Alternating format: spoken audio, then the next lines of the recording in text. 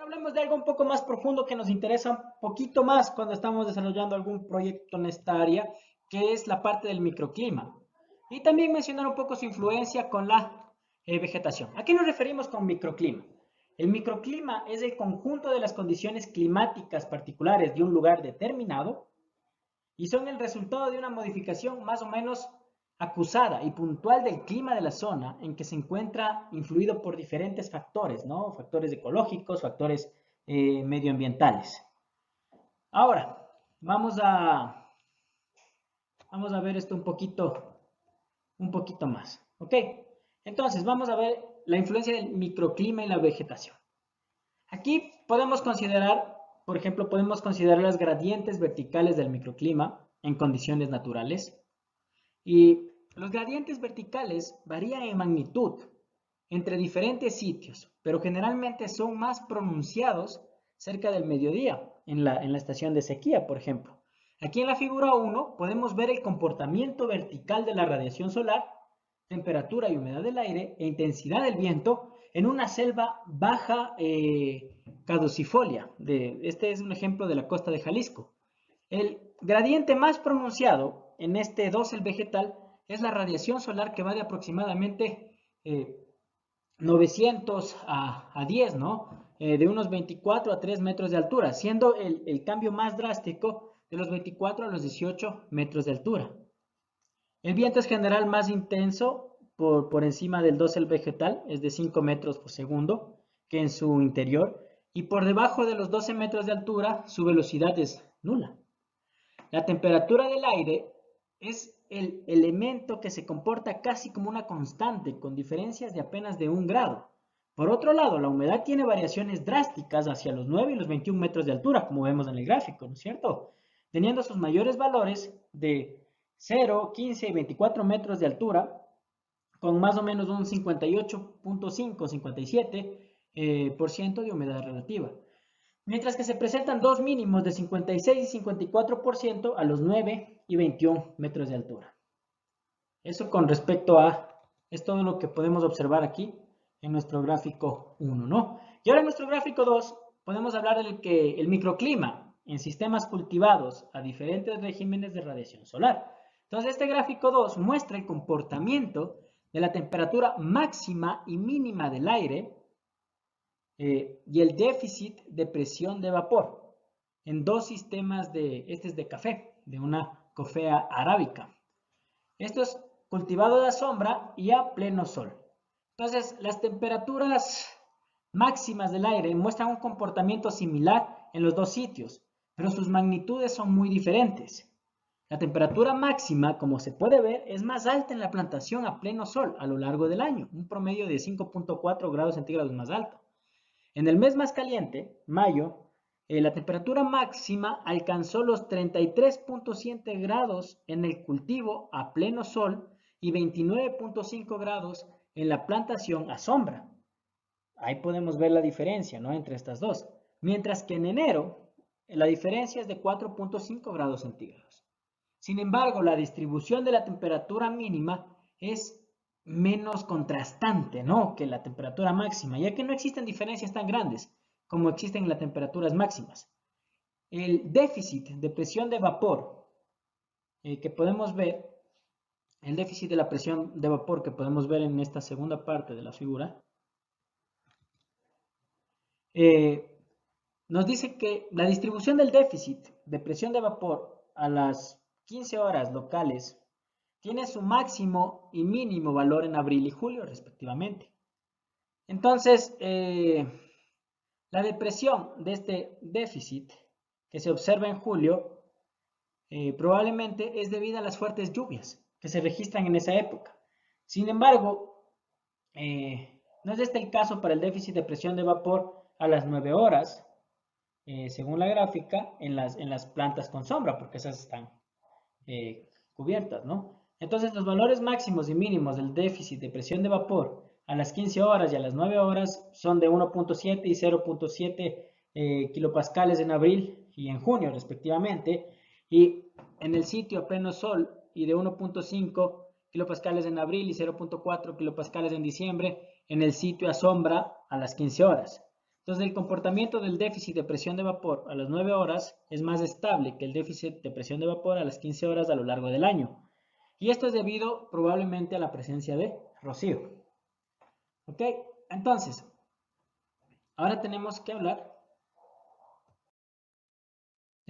del efecto de los rayos de luz en la temperatura foliar. Como la estructura de un dosel vegetal no es continua, aparecen lo que se denominan rayos de luz, que contribuyen a una porción significativa de la radiación fotosintéticamente activa disponible para la fotosíntesis, pero que provocan un calentamiento en las hojas de hasta 6 grados, superior a la temperatura del aire, 6 grados mayores que el aire. En la figura podemos ver el efecto producido de un rayo de luz en temperatura foliar. El rayo de luz tuvo una duración de cerca de 70 minutos. Sin embargo, la nubosidad interfirió en estas mediciones y por ello la radiación registrada presenta discontinuidades en su intensidad, pero que interfieren en ambas temperaturas foliares, hoja a la sombra y la hoja al sol. Teniendo un mayor incremento la temperatura de la hoja expuesta al rayo de luz, las temperaturas de esta hoja llegan a alcanzar cerca de los 36 grados centígrados y mínimos de 25 grados centígrados, mientras que la hoja a la sombra, su temperatura varía muy poco, de cerca de los 24 a los 28 grados centígrados. Ahora hablaremos de microclimas y la evapotranspiración.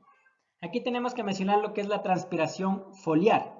La transpiración TRP, podemos decirle, de un individuo, se da como la suma de la transpiración de todas sus hojas. Y este se puede determinar por medio de modelos biofísicos, como el del balance de energía, por ejemplo, donde entran en juego todos los parámetros picoambientales que podemos contemplar, ¿no? Por ejemplo, los que se ven aquí en esta fórmula, tenemos Rn es igual a PCP sobre J multiplicado a ESH menos EA sobre RS más RA más PCP sobre TH más TA sobre RH. Esta pequeña fórmula tenemos aquí, por ejemplo, voy a colocar los valores para que se comprenda. Este de aquí se refiere a la presión de vapor de saturación de la temperatura de la hoja. Esta es la presión de saturación de la temperatura de la hoja. Por ejemplo, EA es la presión de vapor del aire. Es la presión de vapor del aire. Es la presión de vapor del aire.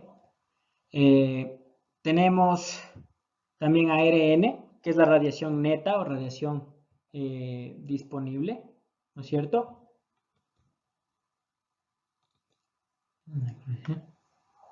Radiación neta o radiación disponible. Tenemos que RA es la resistencia aerodinámica. RA, esta es resistencia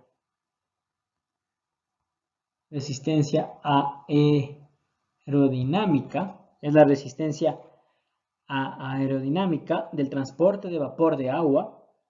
RS es la resistencia estomática. ¿Okay? RS es la resistencia estomática.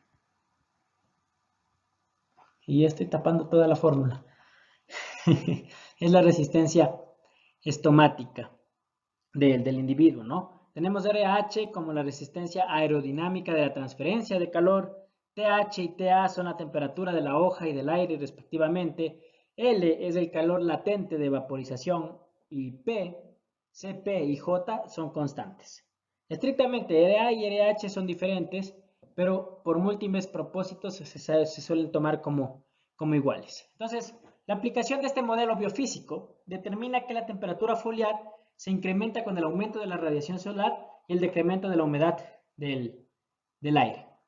Entonces, los incrementos de la radiación solar o la disminución de la humedad ocasionan un sobrecalentamiento de la hoja.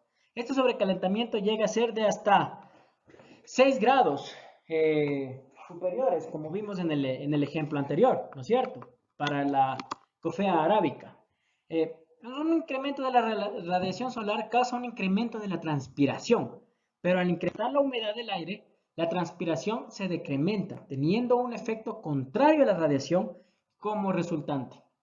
Entonces, se tiene que la velocidad de la transpiración aumenta con el aumento de la radiación y el decremento de la humedad del aire. ¿Ok? A tener en cuenta. Se ha observado, por ejemplo, que algunas especies, hay sobre temperaturas de 10 a 15 grados, dando temperaturas foliares de 46 y 48 grados centígrados, ¿no? Sugiriendo que el estrés térmico puede ser un factor importante que afecta a las hojas bajo radiaciones moderadas y altas, bajo humedades altas y bajas radiaciones. La temperatura foliar es muy parecida a la del aire. La frecuencia de estreses térmicos es una función de la variación temporal de la temperatura, de la humedad del aire y de la radiación solar. En el sotobosque, la temperatura, por ejemplo, es muy estable, pero el nivel de radiación y humedad fluctúan ampliamente, y como el microclima resulta de la interacción de la vegetación y el macroclima, las más altas temperaturas y las más bajas humedades del aire coinciden generalmente con las cargas de radiación solar.